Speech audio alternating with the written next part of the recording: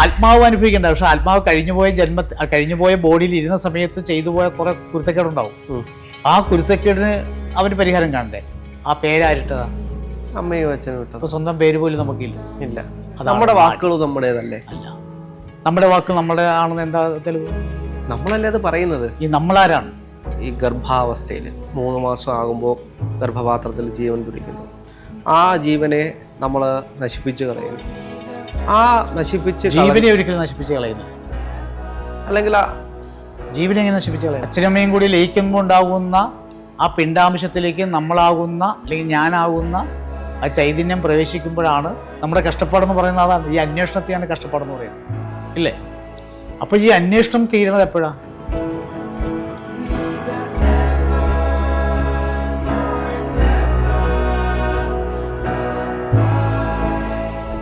ആത്മാവ് അനുഭവിക്കണ്ട, പക്ഷെ ആത്മാവ് കഴിഞ്ഞുപോയ ബോഡിയിൽ ഇരുന്ന സമയത്ത് ചെയ്തു പോയ കുറെ കുരുത്തക്കേടുണ്ടാവും. ആ കുരുത്തക്കേടിന് അവന് പരിഹാരം കാണണ്ടേ? അപ്പോൾ അതൊരു പുതിയ ബോഡി കിട്ടുമ്പോൾ ആ ബോഡിയിൽ ഇരുന്നിട്ടാണ് ആ ആത്മാവ് അനുഭവിക്കുന്നത്. പക്ഷെ ഇതൊക്കെ ആരാണ് നിശ്ചയിക്കുന്നത് എന്നൊരു തോന്നൽ നമുക്കുണ്ടായിരുന്നു. ഇപ്പോൾ എൻ്റെ ആത്മാവ് ഇന്ന് ചെയ്തതിനെല്ലാം നാളെ അനുഭവിക്കണം, അപ്പോൾ അടുത്ത ബോഡിയിലേക്ക് നീ പൊക്കൂ, അങ്ങനെ പറഞ്ഞ് അതാണ് നമ്മൾ എവിടെ നിന്നാണ് വന്നതെന്നുള്ള ചോദ്യം എന്ന് പറയുന്നത്. ആ എവിടെ നിന്ന് വന്നുവോ അവൻ തന്നെയാണ് അത് ഇച്ഛിച്ചിരിക്കുന്നത്. ഞാൻ ചോദിച്ചല്ലോ, അങ്ങ് എവിടെ നിന്നാണ് വന്നത്? അങ്ങക്ക് അറിയില്ല. ഞാൻ എവിടെയായിരുന്നു? അറിയില്ല. അങ്ങാരാണ്? അതും എനിക്കറിയില്ല. ബോളിരിക്കുന്ന അങ്ങാരാണ്? രാഹുല്. ആ പേരാരിട്ടതാ അമ്മയും അച്ഛനും ഇട്ടത്. അപ്പോൾ സ്വന്തം പേര് പോലും നമുക്കില്ല. ഇല്ല, അല്ലേ? നമുക്ക് സ്വന്തമായിട്ടൊന്നും പറയാൻ ഒന്നുമില്ല. ഇട്ടിരിക്കുന്ന വസ്ത്രം ആരുടെയാ? കടയിൽ നിന്ന് വാങ്ങി. കടക്കാരൻ്റെ ആണോ? അല്ല. നെയ്ത്തുകാരൻ്റെ ആണോ? അല്ല. ഇതൊന്നും നമ്മുടേതല്ല. നമ്മുടേതല്ലാത്ത ഒന്നിനെയും നമുക്ക് സ്വന്തം എന്ന് പറയാൻ ഒന്നുമില്ല. ശബ്ദിക്കുന്ന നമ്മുടെ വാക്കുകൾ പോലും നമ്മുടേതല്ല. അതാരോ നമ്മളെക്കൊണ്ട് സംസാരിപ്പിക്കുന്നു, ചെയ്യിക്കുന്നു. അതാണ് ആത്മാവ്. നമ്മുടെ വാക്കുകൾ നമ്മുടേതല്ലേ? അല്ല, നമ്മുടെ വാക്ക് നമ്മുടെ ആണെന്ന് എന്താ തെളിവ്? നമ്മളല്ലേ അത് പറയുന്നത്. ഈ നമ്മളാരാണ്? ഞാൻ ഇപ്പോൾ എൻ്റെ ശബ്ദമല്ലേ? ഈ എൻ്റെ എന്ന് പറയുന്നത് സ്വാർത്ഥതയാണല്ലോ. അതെ, അത് എൻ്റേതാണ്, അല്ലേ? അതെ. ഞാൻ എങ്ങനെയാണ് ഈ ശബ്ദത്തിന് ഉടമയായത് എന്ന് നമ്മൾ ചിന്തിച്ചിട്ടുണ്ടോ? അച്ഛൻ്റെയും അമ്മയുടെയും ഗർഭപാത്രത്തിൽ ജനിച്ച് നമ്മൾ വന്നതുകൊണ്ട് എൻ്റെ അച്ഛൻ്റെയും അമ്മയുടെയും ഗർഭപാത്രത്തിൽ നമ്മൾ ജനിച്ചെന്ന് പറയാൻ പറ്റുമോ? അവർ തന്നത് പിണ്ടമാണ്. നമ്മൾ അതിനകത്തേക്ക് കയറുകയല്ലേ ചെയ്തു. 3 മാസം കഴിഞ്ഞപ്പോൾ താങ്കൾ ആ ഗർഭപാത്രത്തിൽ കയറി. ആത്മചൈതന്യം അമ്മ അറിഞ്ഞു, എൻ്റെ പിണ്ടത്തിൽ ജീവൻ തുടിക്കുന്നു. അച്ഛനമ്മയും കൂടി ലയിക്കുമ്പോൾ ഉണ്ടാകുന്ന ആ പിണ്ടാംശത്തിലേക്ക് നമ്മളാകുന്ന അല്ലെങ്കിൽ ഞാനാകുന്ന ആ ചൈതന്യം പ്രവേശിക്കുമ്പോഴാണ് പുത്രൻ അല്ലെങ്കിൽ പുത്രി എന്ന തത്വമുണ്ടാകുന്നത്, സന്താനം. അതുവരെ നമ്മൾ ആ പിണ്ടത്തിൻ്റെ അവകാശിയല്ല. പക്ഷേ ചില പിണ്ടങ്ങളിൽ പ്രവേശിക്കേണ്ടായ ചൈതന്യത്തിന് പിണ്ടനിഷേധം സംഭവിച്ചു കഴിഞ്ഞാൽ ഈ ജ്യോതിഷവാക്യം പറയും, ബാലപ്രേതമുണ്ട് വീട്ടിൽ, അല്ലെങ്കിൽ അതിന് ജനിക്കപ്പെടേണ്ടായ പിണ്ടം നിങ്ങൾ നശിപ്പിച്ചു, ഇല്ലേ? ചില അബോർഷൻ മനഃപൂർവ്വം ചെയ്ത് കളയും. അപ്പോൾ ആ 3 മാസം ആകുന്നതിന് മുമ്പ് ആ പിണ്ടത്തിലേക്ക് പ്രവേശിക്കേണ്ട ആത്മാവ് തൻ്റെ ദേഹം, തൻ്റെ വാഹനം അന്വേഷിച്ചുള്ള നടപ്പ് വരുമ്പോൾ അതൊരു ചിന്താഗതിയിൽ മോശം ആ അമ്മയ്ക്കും അച്ഛനും ഉണ്ടായിക്കൊണ്ടേയിരിക്കും. അതിന് കളയണ്ടായിരുന്നു, ആ പിണ്ടത്തെ നശിപ്പിക്കേണ്ടായിരുന്നു. ജീവൻ പ്രവേശിച്ചില്ല, അതുകൊണ്ട് ദോഷമില്ല. ജീവൻ പ്രവേശിച്ചു കഴിഞ്ഞിട്ടാണ് നശിപ്പിക്കുന്നുണ്ടെങ്കിൽ ഒരു കൊലപാതകത്തിൻ്റെ ഉത്തരവാദിത്വം പറയേണ്ടി വരും, ഇല്ലേ? ഒരു കുഞ്ഞിനെയാണ് നശിപ്പിച്ചത്, മറ്റേ കുഞ്ഞല്ല. ഇപ്പം 2 തത്വങ്ങൾ നമ്മൾ അറിഞ്ഞിരിക്കണം. നമ്മൾ ഈ ചോദ്യങ്ങൾ ഉത്തരം മുട്ടിപ്പോകുന്ന നമ്മൾ പരസ്പരം അങ്ങോട്ട് നമ്മൾ ചോദിച്ചപ്പോൾ, അതായത് ഞാൻ ആരാണെന്നുള്ള ഒരു അന്വേഷണം നമുക്ക് ഇതുവരെയും കണ്ടെത്താൻ പറ്റിയിട്ടില്ല. അതെ, അത് ഒരു അന്വേഷണത്തിൻ്റെ ഒരു ഉത്തരമാണ്. എവിടെയാണെങ്കിലും നമുക്കൊരു ഉത്തരം കിട്ടിയേ പറ്റൂ. ആ ഉത്തരത്തിൻ്റെ അന്വേഷണത്തിൽ താങ്കൾ നാടിയിൽ വന്നെത്തി.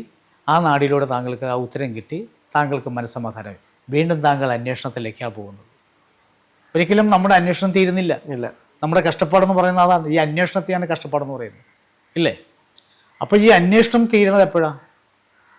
നമുക്കൊരു പൂർണ്ണത കിട്ടിയെന്ന് തോന്നുന്നു. പൂർണ്ണത കിട്ടുമോ? ഇല്ല, നമുക്കൊരിക്കലും പൂർണ്ണത കിട്ടില്ല. എത്ര ജന്മം എടുത്താലും പൂർണ്ണത കിട്ടിയില്ല. എത്രയൊക്കെ നമ്മൾ പരിശ്രമിച്ചാലും നമ്മളുടെ പൂർണ്ണത, ഇതൊക്കെ താൽക്കാലികമാണ്. ഇതെല്ലാം താൽക്കാലികമാണ്. ഞാൻ പറയുന്ന വാക്കുകളും താൽക്കാലികമാണ്. പുതിയ പുതിയ കാര്യങ്ങൾ, പുതിയ പുതിയ കണ്ടുപിടുത്തങ്ങളെല്ലാം വരുമ്പോൾ ഇതിന് മേലിൽ ആ ഭഗവത് ചൈതന്യം എന്ന് പറയുന്ന നമ്മളിലൂടെ നമുക്കത് മനസ്സിലാക്കാൻ പറ്റും. ഓരോ ജനങ്ങൾക്കും, അതായത് ഓരോ ജനങ്ങളും അവരുടെ കർമ്മങ്ങൾ വ്യാപ്തിയിരിക്കുമ്പോൾ ചിലത് പറയില്ലേ, ധനം ഉണ്ടാക്കാൻ വേണ്ടിയിട്ട് ധനാകർഷണം ചെയ്താൽ നല്ലതാണ്. ധനാകർഷണം ഉണ്ടാക്കാൻ ഇപ്പം നമ്മൾ ഇതിന് നിൽക്കേണ്ട കാര്യമില്ല. ധനം ഉണ്ടാക്കാനാണെങ്കിൽ അങ്ങനെ ഒരു മന്ത്രവും ഇല്ല. പക്ഷെ ധനം ഉണ്ടാക്കണമെങ്കിൽ എന്ത് വേണം? അധ്വാനിക്കണം. അധ്വാനിച്ചാൽ കർമ്മത്തിൻ്റെ ഫലം നമുക്ക് ലഭിക്കപ്പെടും. ആ കർമ്മഫലമാണ് ഓരോരുത്തർക്കും പറഞ്ഞിരിക്കുന്നത്. താങ്കൾക്ക് മീഡിയയിലൂടെ സംവാദം ചെയ്ത് താങ്കൾക്ക് ജീവിക്കാം. എനിക്ക് നാടിയിലൂടെ നാടി വായിച്ച് എനിക്ക് ജീവിക്കാം. ആർഭാടമരുത്. ഏതൊരു വ്യക്തി ആർഭാടത്തിൻ്റെ മുഖമുദ്രയിടുന്ന് അണിയുന്നുവോ അവൻ മറ്റുള്ളവർക്ക് നാശം ഉണ്ടാക്കാനും കൂടി കാര്യം ചെയ്യും. ഇവിടെയാണ് വ്യാപാരം എന്ന് പറയുന്നത്, ബിസിനസ് എന്ന് പറയുന്നത്. അതാണ് നാഡീശാസ്ത്രങ്ങളിൽ വ്യാപാരങ്ങൾ പറഞ്ഞിട്ടില്ല. നാഡീശാസ്ത്രങ്ങളിൽ വ്യാപാരമാക്കിയെടുക്കുന്നവർക്കാണ് ഈ നാഡീശാസ്ത്രത്തിൻ്റെ തെറ്റായ വഴികളിലൂടെ ഇതെല്ലാം പറയുന്നത് തെറ്റിപ്പോകുന്നതെന്ന് ഓരോ വ്യക്തിക്ക് തോന്നാൻ കാരണം അവിടെ എന്താണ്, തൊട്ടതിനും പിടിച്ചതിനൊക്കെ പരിഹാരങ്ങൾ നിർദ്ദേശിക്കുമ്പോഴാണ് അവർക്ക് എൻ്റെ വിശ്വാസമാണ്. ജ്യോതിഷത്തിലായാലും ഈ കർമ്മത്തിലായാലും എല്ലാത്തിലും അതിനെ ബിസിനസ് വൽക്കരിക്കുമ്പോഴാണ്, അല്ലെങ്കിൽ വ്യാപാരമായിട്ട് മാറ്റുമ്പോഴാണ് അതിൻ്റെ ആ ക്വാളിറ്റി നഷ്ടപ്പെട്ടു പോകുന്നത്. അല്ലെങ്കിൽ ഒരു കുഴപ്പമില്ല. ജ്യോതിഷം ഒരിക്കലും പബ്ലിക്കിൽ കൊണ്ടുവരേണ്ട ഒരു വിഷയമല്ല. ഒരു വ്യക്തി ചെന്ന് കണ്ട് മനസ്സിലാക്കി പോരേണ്ട, ഓരോ വ്യക്തിയുടെയും സ്വാതന്ത്ര്യത്തിന് ഉതകുന്ന തരത്തിൽ അയാൾ ചെന്ന് കണ്ട് രഹസ്യമായി പോകുന്ന കാര്യങ്ങളാണ് അല്ലേ? ഇതെല്ലാം നമ്മുടെ രഹസ്യങ്ങളാണ്. നാഡി ജ്യോതിഷം ഒരു രഹസ്യമാണ്. ആ രഹസ്യത്തിൻ്റെ നമ്മൾ രഹസ്യം അന്വേഷിക്കാൻ പോകുന്നതല്ലേ, ആ രഹസ്യത്തിൻ്റെ കലവറയിൽ നമ്മൾ അഴിക്കുന്നത്. അത് കണ്ടുപിടിക്കുന്നത് നമ്മൾ മാത്രമാണ്. ഇപ്പം നമ്മൾ 3 പേരും കൂടിയാണ്. പക്ഷേ യഥാർത്ഥത്തിൽ നാടിയിലേക്ക് പ്രവേശിച്ചു കഴിഞ്ഞാൽ ഈ വ്യക്തി കയറ്റില്ല. താങ്കൾ മാത്രമേ അവിടെ വരുള്ളൂ. താങ്കൾ അറിയേണ്ട കുറേ രഹസ്യങ്ങളുണ്ടെങ്കിൽ അത് മറ്റൊരാൾക്ക് കയറാൻ പറ്റില്ല, കേൾക്കാൻ പാടില്ല. അതുകൊണ്ടാണ് നാടി വായിക്കുമ്പോൾ ഒറ്റയ്ക്ക് കയറണമെന്ന് പറയാൻ കാര്യം. ചില ഭാര്യയും ഭർത്താവും കൂടി ഒന്ന് കയറുക, ഭാര്യയും തെറ്റുണ്ടാവും, ഭർത്താവിൻ്റെ ഭാഗത്തിലും തെറ്റുണ്ടാവും. നാടിക്കകത്തത് വിളിച്ചു പറയും. കലഹങ്ങളുണ്ടാക്കാൻ വേറെ മാർഗങ്ങളില്ല. പക്ഷേ ആ നാടിയിലൂടെ അവരിങ്ങനെ ഉണ്ടാകാനും ഈ കലഹത്തിലേക്ക് വരാനും ഇതിനെല്ലാത്തിനും മാറ്റം ഉണ്ടാക്കാനും നാടിയിൽ സാധിക്കും. കാരണം കഥകൾ പറയും അവിടെ. അവരെ കഴിഞ്ഞു പോയ ജന്മങ്ങളിൽ ഇത് ഇങ്ങനെ ചെയ്തുകൊണ്ടാണ് അവർക്ക് ഇതൊക്കെ സംഭവിച്ചതെന്നും അത് മാറ്റാൻ സമയമായപ്പോഴാണ് നിങ്ങളിവിടെ എത്തുകയെന്നും ഇതൊക്കെ ഒരു കഥ പോലെ ഇങ്ങനെ വിസ്തരിച്ച് കേൾക്കുമ്പോൾ ഈ വന്ന വഴക്കിട്ടിച്ചവർക്കൊക്കെ സന്തോഷമായിട്ട് അവർ നല്ല ജീവിതം നയിക്കപ്പെടുന്നത്. അവിടെയാണ് നമ്മൾ സന്തോഷമാകുന്നത്. ഒരു വ്യക്തിയെ കലഹിപ്പിച്ച് വിടാൻ എളുപ്പമാകും. ഒരു കുടുംബത്തെ നമുക്ക് പെട്ടെന്ന് മാറ്റാനും പറ്റും ഇല്ലേ? അവിടെ കളവല്ലേ, ആ പ്രവർത്തിക്കുന്നവൻ കള്ളത്തരം കാണിക്കുന്നതുകൊണ്ടാണ്. അപ്പോൾ അയാളല്ലേ പാപം ചെയ്യുന്നത്, അവരല്ലല്ലോ. അപ്പോൾ ഇങ്ങനെ ഓരോ പാപകർമ്മങ്ങളിലും വ്യത്യസ്തമായ രീതിയിൽ അവരെ എങ്ങനെ ഉദ്ധരിച്ച് നല്ല രീതിയിൽ കൊണ്ടുവരാൻ നമുക്ക് പറ്റുന്നുവോ അവിടെയാണ് ഈശ്വര ചൈതന്യം എന്ന നമ്മൾ പ്രവർത്തിക്കുന്നത്. കുറച്ചു മുമ്പ് ഈശ്വരനെ കണ്ടിട്ടുണ്ടോ എന്ന് ചോദിച്ചു കഴിഞ്ഞാൽ ഈശ്വരനെ ഈ രീതിയിലേ നമുക്ക് കാണാൻ പറ്റുള്ളൂ. മനുഷ്യരായിട്ട് തന്നെ, മനുഷ്യരായിട്ടായാലും പട്ടിയായിട്ടും പൂച്ചയായിട്ടും നമുക്ക് ചില സമയങ്ങളിൽ ചൈതന്യത്തെ, ചില പട്ടികൾ ചിലവരെ രക്ഷിക്കുന്നുണ്ട്. വാഹനാപകടങ്ങളിൽ വരുമ്പോൾ പട്ടി ചിലപ്പോൾ ഓടി വന്ന് കടിക്കാൻ ശ്രമിക്കുമ്പോൾ അയാൾ പെട്ടെന്ന് മാറുന്നതായിരിക്കും. ആ സമയത്തായിരിക്കും വാഹനം കടന്നു പോകുന്നു. അയാൾ അവിടെ നിന്നിരുന്നെങ്കിൽ ആ വാഹനം അയാൾ ഇടിക്കാം. അപ്പോൾ ഇതെല്ലാം ഓരോ ചൈതന്യങ്ങളുടെയും മൂർത്തിഭാവമാണ്. ഈ ശരീരത്തിലിരിക്കുന്നവൻ ആരാണോ അവൻ, അതാണ് ശരീരം. ഇപ്പോൾ അങ്ങ് നേരത്തെ നമ്മൾ ഇതിൻ്റെ ഇടയിൽ വിട്ടുപോയൊരു കാര്യമാണ്. അപ്പോൾ എനിക്ക് തോന്നിയൊരു ചോദ്യമാണ്, ഇപ്പോൾ ഈ ഗർഭാവസ്ഥയിൽ 3 മാസം ആകുമ്പോൾ ഗർഭപാത്രത്തിൽ ജീവൻ തുടിക്കുന്നു. ആ ജീവനെ നമ്മൾ നശിപ്പിച്ച് കളയുന്നു. ആ ജീവനെ ഒരിക്കലും നശിപ്പിച്ച് കളയുന്നില്ല. അല്ലെങ്കിൽ ജീവനെ എങ്ങനെ നശിപ്പിച്ച് കളയുന്നു? അല്ല, അല്ലെങ്കിൽ ആ പിണ്ടത്തെ നശിപ്പിച്ച് കളയുന്നു. ആ പിണ്ടത്തെ നശിപ്പിച്ച് കളയുമ്പോൾ അതിൻ്റെ നാഡീ ജ്യോതിഷം നമുക്ക് നോക്കാൻ കഴിയും. തീർച്ചയായിട്ടും. അത് ആ വന്നിരിക്കുന്ന വ്യക്തിക്ക് വായിക്കുമ്പോൾ നിങ്ങൾ മനഃപൂർവ്വം ഒരു കുഞ്ഞ് ജനിക്കാനുണ്ടായിരുന്നു, നിങ്ങൾക്ക് ഇത്ര കുട്ടികളുണ്ടാകുമായിരുന്നു, ആ ഇപ്പോൾ 2 കുട്ടികളുണ്ട്, നിങ്ങൾക്ക് 3ാമത്തെ കുട്ടി ഉണ്ടായിരുന്നു, അത് നിങ്ങൾ നശിപ്പിച്ചിട്ടുണ്ട്, അവൻ്റെ ആ യാത്ര ചെയ്യാനുള്ള വാഹനത്തെ നിങ്ങൾ ഇല്ലാണ്ടാക്കി, അതിൻ്റെ ശാപതാപങ്ങൾ നിങ്ങൾ അനുഭവിക്കേണ്ടതായിട്ട് വരും. ആ ദുഃഖം പേറിയാണ് നിങ്ങൾ വന്നിരിക്കുന്നത്. ചിലപ്പോൾ അത് അവർക്കത് അനുഭവപ്പെട്ടിരിക്കാം, അതില്ലെങ്കിൽ പറയില്ല. അത് ഈ അബോർട്ട് ചെയ്ത് കഴിഞ്ഞാൽ അത് പ്രശ്നമുണ്ട്. ഞാൻ പറഞ്ഞല്ലോ, 3 മാസങ്ങൾക്ക് മുമ്പാണ് അബോർട്ട് ചെയ്യുന്നതെങ്കിൽ പ്രശ്നമില്ല. ചൈതന്യം പ്രവേശിച്ച് ജീവൻ്റെ തുടിപ്പ് അതിനകത്തുണ്ടെങ്കിൽ അത് ദൈവത്തെ ഓർത്ത് എല്ലാവരോടും കൂടി പറയുകയാണ് അത് കളയരുത്. കളഞ്ഞാൽ അത് ഈ ബാലശാപമായിട്ട് നിങ്ങളെ വേട്ടയാടിക്കൊണ്ടിരിക്കും. അത് മരണം വരെ നിങ്ങൾക്കത് ബുദ്ധിമുട്ടുണ്ടാക്കും. ഏതെങ്കിലും തരത്തിൽ അതിൻ്റെ നെഗറ്റീവ് നമ്മളെ ബാധിച്ചുകൊണ്ടിരിക്കും. പക്ഷെ ഇപ്പോൾ ചില ഡോക്ടർമാർ തന്നെ ഇപ്പോൾ പ്രിഫർ ചെയ്യാറുണ്ടല്ലോ, കുട്ടിക്ക് പ്രശ്നങ്ങളുണ്ട്, അപ്പോൾ അതുകൊണ്ട് അതോ പറഞ്ഞത്. അപ്പം അതെല്ലാം അവർ പിണ്ടത്തിന് മുമ്പേ ആ ചൈതന്യത്തിനെ മനസ്സിലാക്കി അത് കളയേണ്ടതാണ്.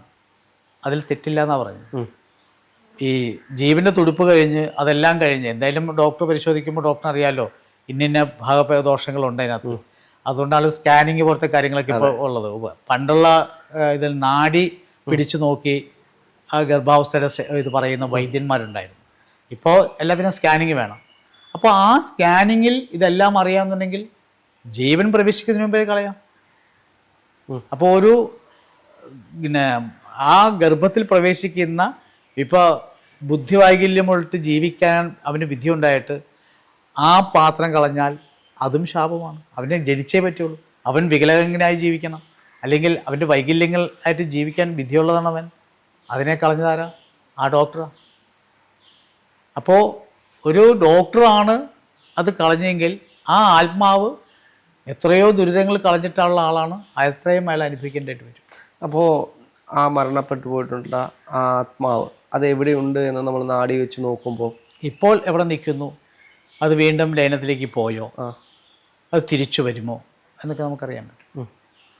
അപ്പോൾ അങ്ങനെ പോയി കഴിഞ്ഞാലും ചിലപ്പോൾ നമ്മുടെ ഗർഭപാത്രം തന്നെ പിന്നെയും അത് വരാനുള്ള സാധ്യത. അർഹതമാണെങ്കിൽ വരും, അർഹതമല്ലാത്തതാണെങ്കിൽ അത് പോകും. അതാണ് പറയുന്നത്. വ്യത്യസ്തമായ രീതികളിൽ അത് പറയപ്പെടുന്നുണ്ട്. നിന്റെ ബീജത്തിലൂടെ ഒരു സ്ത്രീയുടെ ഗർഭഗൃഹത്തിലേക്ക് പ്രവേശിക്കാനും ഒരു അണ്ടം ഉണ്ടാകാനും യോഗമുണ്ടെങ്കിൽ ആ അണ്ടവും ബീജവും തമ്മിൽ സംയോജിച്ചുണ്ടാകുന്ന പിണ്ടത്തിലേക്ക് ഈ ആത്മാവ് പ്രവേശിക്കും. പക്ഷെ അത് ശരിയല്ല എന്നറിഞ്ഞു കഴിഞ്ഞാൽ അത് മാറ്റി. പിന്നെ അതേപോലെ തന്നെ മറ്റൊരു സംശയം എന്ന് പറയുന്നത്, ഇപ്പോൾ നാഡീ ജ്യോതിഷം എന്ന് കേട്ടപ്പോൾ പലപ്പോഴും പറയുന്നത് തമ്പ് ഇംപ്രഷനാണ്. ചിലർ പറയുന്നത് തമ്പ് ഇംപ്രഷനാണ്, ചിലർ രാശി പറയുന്നു, ചിലർ പറയുന്നത് നമ്മുടെ കയ്യിലെ നാഡീ വ്യവസ്ഥ നോക്കിയാണ് പറയുന്നത്. അതിൻ്റെ ഒരു യാഥാർത്ഥ്യം എന്താണ്? ഇത് ഈ തമ്പ് കൊടുക്കുന്നതും രാശി എടുക്കുന്നതും തമ്മിലുള്ള, അതായത് തമിഴ്നാട്ടിലൊക്കെ പരലില്ല, ഹസ്തരേഖയുടെ അടിസ്ഥാനത്തിലാണ് അവരെല്ലാം ചെയ്തുകൊണ്ടിരിക്കുന്നത്. ഈ തമ്പിൽ ഒരാളുടെ തമ്പ് കൊടുക്കുമ്പോൾ അയാളുടെ ആ 12 രാശികളും ആ തമ്പിൽ അവരെടുക്കും. നമുക്ക് നേരിട്ട് വന്നിരുന്ന് രാശി എടുക്കണം. അത് 12 രാശികളിൽ ആ ലഗ്നം കണ്ടുപിടിക്കാനായിട്ടാണ് വന്നിരിക്കുന്ന ആൾ ആണ് ലഗ്നം. ആ ലഗ്നം കണ്ടുപിടിക്കാൻ വേണ്ടിയാണ് നമ്മൾ രാശി എടുക്കുന്നത്. ദൈവാധീനം ഉള്ള വ്യക്തിയാണോ, അദ്ദേഹത്തിന് നാടി വായിക്കാൻ പറ്റുന്ന സമയമാണോ, ഇപ്പോൾ വായിക്കണോ, ഇതൊക്കെ ആ ദൈവജ്ഞൻ അറിഞ്ഞിരിക്കണം. ചുമ്മാ കയറി നാടി വായിക്കാൻ പറ്റുന്നില്ല. അപ്പോൾ ഇതെല്ലാം അറിഞ്ഞതിന് ശേഷം, അതായത് തമിഴ്നാട്ടിലെ നാഡീ വ്യവസ്ഥകൾ എന്ന് പറഞ്ഞാൽ തമ്പുള്ളൂ. നാഡീശാസ്ത്രം നാഡി വൈദ്യമാണ് കയ്യിൽ പിടിച്ച് നാഡീചരമ്പുകൾ നോക്കി പറയുന്നത്. അത് നാഡീശാസ്ത്രമല്ല, നാഡി വൈദ്യമാണ്. അതൊരു ശാസ്ത്രം തന്നെയാണ്, എന്നാലും വൈദ്യമാണത്. അത് ഇതും തമ്മിൽ ഒരുപാട് വ്യത്യാസമുണ്ട്. അത് രോഗനിർണയത്തെക്കുറിച്ചുള്ള ഒരു വിശകലനം ചെയ്യുന്നതാണ് നാഡി. ഈ നാഡി എന്ന് ഉദ്ദേശിക്കുന്നത് ഇതേ സ്പന്ദനം ആത്മാവായിട്ട് ചിത്രീകരിച്ച് ആത്മാവിനെയാണ് നാഡി എന്ന് പറയുന്നത്. അതാണ് നാഡീശാസ്ത്രം, ആത്മാവിൻ്റെ ശാസ്ത്രം, ആത്മാവിൻ്റെ രഹസ്യം എന്നൊക്കെ പറയുന്നതാണ്. അതേപോലെ ഈ തമ്പ് ഇംപ്രഷൻ വരുന്നത് ഇപ്പോൾ അതിൽ നിന്നും എങ്ങനെയാണ്? ഞാൻ പറഞ്ഞില്ലേ, തമ്പ് കൊടുക്കുമ്പോൾ ആ തമ്പിലെ ഒരു 12 രാശികളായിട്ട് തിരിച്ചിട്ട് അതിനകത്ത് ആ തമ്പിൻ്റെ മധ്യാന്തം നിൽക്കുന്ന രാശിയിലാണ് ലഗ്നം കിടക്കുന്നത്. അത് എവിടെയാണെന്ന് അവർക്കറിയാൻ പറ്റും. അത് തമിഴ് രീതിയുള്ളതാണ്. ലാൽ കിതാബിലെ പരലെന്ന് പറയുന്നത് മറ്റേ ഈ മുത്തുകളില്ലേ, അതുകൊണ്ടാണ് അവർ ചെയ്യുന്നത്. ഈ ലാൽ കിതാബ് ഞാൻ അധികം കേട്ടിട്ടില്ല അതിനെപ്പറ്റി. ലാൽ കിതാബ് നാഡി തന്നെയാണ്. അവിടെ ഹിന്ദിയിലാണ് ലാൽ കിതാബ് എന്ന് പറയുന്നത്, നമ്മൾ സംഹിത എന്നല്ലേ പറയുന്നത്. അതായത് നമ്മുടെ നാഡീ ജ്യോതിഷത്തെ അവർ ലാൽ കിതാബ് എന്ന് പറയുന്നത്, ഇതിനെ സംഹിത എന്ന് പറയുന്നു. അങ്ങനെ എല്ലാം അതിൻ്റെതായ തലങ്ങളിൽ എല്ലാം പല വ്യത്യസ്തമായ രീതിയിൽ പറയുന്നു മാത്രമേ ഉള്ളൂ. ഇനി ആകാശിക് റെക്കോർഡ്സ് അങ്ങനെയൊക്കെ പറയുന്നുണ്ട്, അതും ഇതുമായി എന്തെങ്കിലും ബന്ധമുണ്ടോ? എങ്ങനെ? ആകാശിക് റെക്കോർഡ്സ് ഇപ്പോൾ അതൊരു, അതായത് ചില ഏഞ്ചൽസ് ഉണ്ട്, നമ്മൾ ചെന്നിട്ട് ഏഞ്ചൽസ് നമ്മുടെ റെക്കോർഡ് അതേപോലെ ഇരിപ്പുണ്ട്, അതിൽ നിന്ന് എടുത്തിട്ട് അല്ല, അതാണ് പറഞ്ഞത്. അതും ഈ നാഡിയുമായിട്ടൊക്കെ ആദ്യം ബന്ധമുള്ളതാണ്. കാരണം അതിനകത്ത് അതായത് ഒരു മെഡിറ്റേഷനിലൂടെ അയാൾക്ക് തൻ്റെ പൂർവ്വകാലങ്ങളിലേക്ക് പോകാൻ പറ്റും. അങ്ങനെ പഠിക്കുന്ന രീതിയുണ്ട്. ഇപ്പോൾ ഒരു മെഡിറ്റേഷനിലൂടെ താങ്കൾ ആരാണ്, താങ്കൾ എന്താണെന്ന് ആ വ്യക്തിക്ക്, അതാണ് ടെലിപ്പതി എന്ന് പറയുന്നത്. ഇത് തന്നെ അതിന് പല വകഭേദങ്ങളൂടെ പോകുന്നു മാത്രമേ ഉള്ളൂ. വ്യക്തികൾ ശുദ്ധിയായിരിക്കണം, വ്യക്തിക്ക് പ്രാണയോഗ്യം ഉണ്ടാകണം, വ്യക്തിക്ക് ഉപാസന ഉണ്ടായിരിക്കണം. ഇങ്ങനെയുള്ളവർക്കേ നാടി കൈകാര്യം ചെയ്യാൻ പറ്റും. അപ്പോൾ അങ്ങനെയുള്ളവർക്ക് ആത്മാക്കളുമായിട്ട് കണക്ട് ചെയ്യാൻ കഴിയും. തീർച്ചയായിട്ടും ആത്മാക്കൾ പ്രപഞ്ചത്തിൽ നിൽക്കുന്ന മോക്ഷമല്ലാതെ പോകുന്ന ആത്മാക്കളുണ്ടെങ്കിൽ ഈ നമ്മുടെ ശബ്ദങ്ങൾ പോലും ഈ പ്രപഞ്ചത്തിൽ തങ്ങി നിൽക്കുമെന്നാണ് പറയുന്നത്. അപ്പോൾ ആ ശബ്ദവീചികളിലൂടെ ആ ആത്മാവിനേക്ക് നമുക്ക് കണക്ട് ആകാൻ പറ്റും. അതായത് ചില വീടുകളിലൊക്കെ പ്രേതാലയം പോലെ കിടക്കുന്ന വീടുകളുണ്ട്, മരണപ്പെട്ടു പോയ ദുർമരണങ്ങൾ നടന്ന വീടുകളുണ്ട്. അവിടെ ഇപ്പോഴും അത്തരത്തിലുള്ള ആത്മാക്കളുണ്ടാകും. അടഞ്ഞുകിടക്കുന്ന അമ്പലങ്ങളിൽ, അടഞ്ഞുകിടക്കുന്ന വീടുകളിൽ, അടഞ്ഞുകിടക്കുന്ന അമ്പലങ്ങളിൽ പവർ ശക്തി കൂടുമായിരിക്കും എന്നാണ് പറയുന്നത്. അവിടെ ദേവചൈതന്യം ഭയങ്കര കഠിനമായിരിക്കും. അവിടെയൊക്കെ ചെല്ലുമ്പോൾ ചിലപ്പോൾ നമ്മളെ പെട്ടെന്ന് നമുക്ക് ആ നട തുറന്ന് നമ്മൾ കാണുമ്പോൾ നമുക്ക് ഭയങ്കരമായ പവർ അടിച്ച് ചിലപ്പോൾ നമ്മൾ പുറകോട്ട് പതുക്കുന്നു മാറും. ചില വീടുകളിൽ ചെന്ന് കഴിഞ്ഞാൽ നെഗറ്റീവ് ഫീൽ ചെയ്യും, ഇല്ലേ, നമുക്കവിടെ ഇരിക്കാൻ പറ്റില്ല. അതെ, അത് അന്തരീക്ഷം സുഖകരമല്ലെങ്കിൽ നമ്മൾ മെൻ്റലി ഡൗണായി തുടങ്ങും. ചിലപ്പോൾ നമ്മുടെ വീട്ടിൽ വരുമ്പോഴായിരിക്കും നമ്മുടെ ഉറക്കം നഷ്ടപ്പെടുന്നത്, നമുക്ക് മനഃശാന്തി കിട്ടാതെ വരുന്ന അവസ്ഥ. അങ്ങനെയുള്ളവർക്കാണ് ആത്മഹത്യ പോലത്തെ കാര്യങ്ങൾ നമ്മൾ ചിന്തിക്കും. അപ്പോൾ അവൻ്റെ ആ മനസ്സിനെ മാറ്റി മാറ്റി നമ്മൾ ചിന്തിച്ചില്ലെങ്കിൽ അപകടത്തിലേക്ക് പോകും. അതുകൊണ്ട് ഒറ്റയ്ക്കൊരിക്കലും അടഞ്ഞുകിടക്കുന്ന വീട്ടിലേക്ക് ചെല്ലരുതെന്നാണ് പറയുന്നത് ആ സമയങ്ങളിൽ. അപ്പോൾ അങ്ങനെയൊക്കെ അത്തരത്തിലുള്ള ആത്മാക്കളുമായിട്ട് സംവദിക്കാൻ കഴിയും. ഒരു വീട് ഇവിടെ അടുത്തുണ്ട്. അദ്ദേഹത്തിൻ്റെ വീട്ടിൽ ഞങ്ങൾ ചെന്ന് കഴിഞ്ഞപ്പോൾ അവിടെ ഈ പ്രേതദോഷം ഉള്ള വീടാണെന്ന് പറഞ്ഞു. ഇത് പണ്ട് മുതലേ കേട്ടറിവുള്ളതാണ്. പക്ഷേ അവരുടെ വീട്ടിൽ ഹോമങ്ങളൊക്കെ ചെയ്യുമ്പോൾ ഈ ഹോമം അവിടെ നടക്കുവാണെങ്കിൽ ഓഫ് ചെയ്തിരിക്കുന്ന ഫാൻ കറങ്ങിയതാണ്. അപ്പോൾ അവിടെയാണ് അതിൻ്റെ ആ വൈബ് നമുക്ക് മനസ്സിലായത് ഉണ്ടല്ലോ എന്ന്. പിന്നെ ഒരു പയ്യൻ വരും ആ വീട്ടിലെ ശരത്ത് എന്ന് പറയും. പുള്ളിയുടെ കഥ ചോദിച്ചു കഴിഞ്ഞാൽ പുള്ളി കഥ പോലെ പറഞ്ഞു കളയും. കാരണം അത്രയ്ക്ക് അനുഭവങ്ങളാണ് പ്രേതമായിട്ട് അവരുടെ വീട്ടിൽ അവരനുഭവിച്ച കാര്യങ്ങൾ. അവരുടെ വീട്ടിലെ ജനലിൻ്റെ മേലിലെ ഒരു കുട്ടിയുടെ രൂപം, അവർ കുട്ടികളൊന്നും ഇല്ലായിരുന്നിട്ട് അവർക്ക് കുട്ടികളൊക്കെ ഉണ്ട് ഇപ്പം. അപ്പോൾ ആ നഷ്ടപ്പെട്ടു പോയ ഒരു ബാല്യം, ആ ബാല്യത്തിലെ ഒരു നെഗറ്റീവ് അവരുടെ വീട് കിടന്ന് ഇങ്ങനെ കളിക്കുന്നുണ്ടായിരുന്നു. അതൊക്കെ അതിനെയാണ് നമ്മൾ പ്രേതം എന്ന് പറയുന്നത്. പറഞ്ഞാൽ പ്രേതാവസ്ഥയ്ക്ക് മോക്ഷം കിട്ടാതെ കിടക്കുമ്പോൾ അത് അങ്ങനെ തന്നെ തങ്ങി കളിക്കും. ഇത് നമ്മൾ അനുഭവിച്ചിട്ടില്ല, നേരിട്ട് പോയി അനുഭവിച്ച കുറേ കാര്യങ്ങളൊക്കെ ഉണ്ട്. അതൊക്കെ ശുദ്ധമാക്കുക, അവരെ മോക്ഷത്തിൽ നിന്നും മോചിപ്പിക്കുക, ഇതൊക്കെ നമ്മൾ മോക്ഷത്തിലേക്ക് കൊടുക്കുക, ഇതൊക്കെ നമ്മൾ ചെയ്യേണ്ടത്. എങ്ങനെയാണ് ഈ ആത്മാക്കളെ മോക്ഷത്തിലേക്ക് എത്തിക്കുന്നത്? ഇപ്പോൾ ഒരു ദുർമരണങ്ങളാണ്. ഇപ്പോൾ മറ്റൊരു വിഷയം എന്ന് പറയുന്നത് കേരളത്തിലെ എല്ലാ വീടുകളിലും മരണം നടക്കാറുണ്ട്. എന്തുകൊണ്ടാണ് എല്ലാ വീട്ടിലും ഇത്തരത്തിലുള്ള ദുരാത്മാക്കൾ ഇല്ലാത്തത്? ചില വീടുകളിൽ പോസിറ്റീവ് എനർജിയുള്ള സ്ഥലങ്ങളിൽ ആത്മാവിന് തങ്ങി നിൽക്കാൻ പറ്റില്ല, നെഗറ്റീവ് ആത്മാവിന് തങ്ങി നിൽക്കാൻ പറ്റില്ല. ചില ആരാധന സ്ഥലങ്ങളിൽ തങ്ങി നിൽക്കാൻ പറ്റില്ല. ചില വീടുകളിൽ ആരാധനകൾ ഉണ്ടാവും. ഇപ്പോൾ സർപ്പക്കാവ് അങ്ങനെയുള്ള അവിടെയൊക്കെ നല്ല പോസിറ്റീവ് ആയിരിക്കും.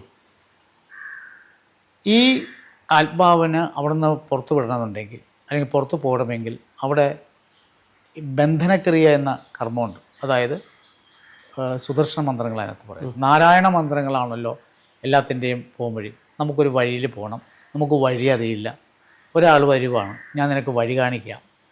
ആ വഴിയിലൂടെ നമ്മൾ സഞ്ചരിക്കുമ്പോൾ എളുപ്പം എത്തപ്പെട്ടു. ഇല്ലെങ്കിൽ നമ്മൾ ആ വഴി അറിയാതെ അവിടെ കിടന്ന് നമ്മൾ ഇത് കറങ്ങും, ഇല്ലേ? ഇതേപോലെ തന്നെയാണ് നമ്മൾ ഓരോ ആത്മാവിനെയും അതിൻ്റെ യഥാർത്ഥ വഴികളിലൂടെ നമ്മൾ കടത്തിവിടുന്നത്. അതിനാണ് കർമ്മം അല്ലെങ്കിൽ പൂജ എന്ന് പറയുന്നത്. അതാണ് ഇതുമായിട്ടുള്ള വ്യത്യാസം ഉണ്ടാക്കുന്നത്. ഒരുപാട് ഈ ഭൂമിയിൽ, ഈ അന്തരീക്ഷത്തിൽ നല്ലതും ചീത്തയുമായ കാര്യങ്ങളുണ്ട്. നല്ലതിനെ മാത്രം അന്വേഷിച്ച് പോകുക എന്ന ആൾക്കാർ കുറവായിരിക്കും, അല്ലേ? എപ്പോഴും ഈ ബാധ, പ്രേതം, പിശാച് ഇങ്ങനെയുള്ള ചിന്തകളാണ് മനുഷ്യനെ വെട്ടിലാക്കുന്നത്. അങ്ങനെ വെട്ടിലാക്കുന്നവരെ മുക്തിയാക്കി മര്യാദയാക്കി നമ്മൾ നല്ലൊരു നടിപ്പ് നടക്കുന്നതാണ് നമ്മുടെ ഈ ശാസ്ത്രം കൊണ്ട് ഉദ്ദേശിക്കുന്നത്. ശാസ്ത്രത്തെ ഒരിക്കലും കളയാതെ നോക്കുക. ശാസ്ത്രം എന്നും നിലനിൽക്കുന്നതാണ്. ശാസ്ത്രത്തിൻ്റെ പ്രവചനങ്ങളാണ് വളച്ചൊടിക്കുന്നത്, അതാണ് തെറ്റിപ്പോകുന്നത്. അത് തെറ്റാതെ നോക്കേണ്ടത് ആരാ? നമ്മൾ പ്രവചിക്കുന്ന ആൾ, പഠിച്ച ആൾ. ഇതെല്ലാം സത്യസന്ധമായിട്ട് നോക്കിയാൽ ഒരു കുഴപ്പമുണ്ടാകില്ല. എന്താണെങ്കിലും ഒരുപാട് സന്തോഷമുണ്ട്. നമുക്ക് മറ്റൊരു എപ്പിസോഡായിട്ട് മറ്റൊരു ദിവസം ആയിരിക്കാം. ഒരുപാട് സന്തോഷം. നമസ്കാരം.